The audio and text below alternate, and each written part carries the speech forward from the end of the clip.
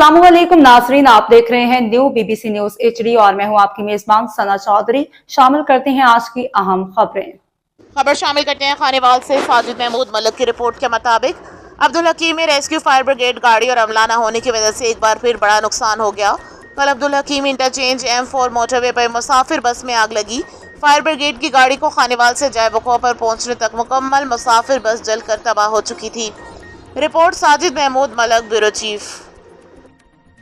गाड़ी में पड़े हैं ना, उसमें तो नहीं ये पूछ जाएगा।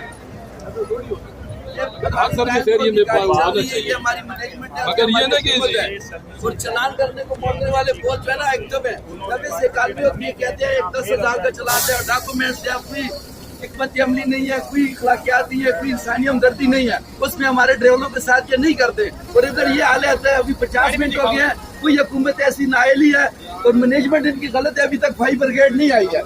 इसकी वजह से कुछ जानी नुकसान भी हो सकता है मजीद आगे भी। और ये सिर्फ लेके चलान कर दो, अवाम को तंग करो, ड्राइवर को तंग करो, ड्राइवर का 90 से 91 हो गया। आओ जी भाई चलान ले आओ, क्या नंबर है 10,000 का होगा। कोई कंप्रोमाइज, कोई इखलाकियात, कोई हमदर्दी नहीं है। ये हमारी मैनेजमेंट है, ये हमारी मुआफ़िज़ है।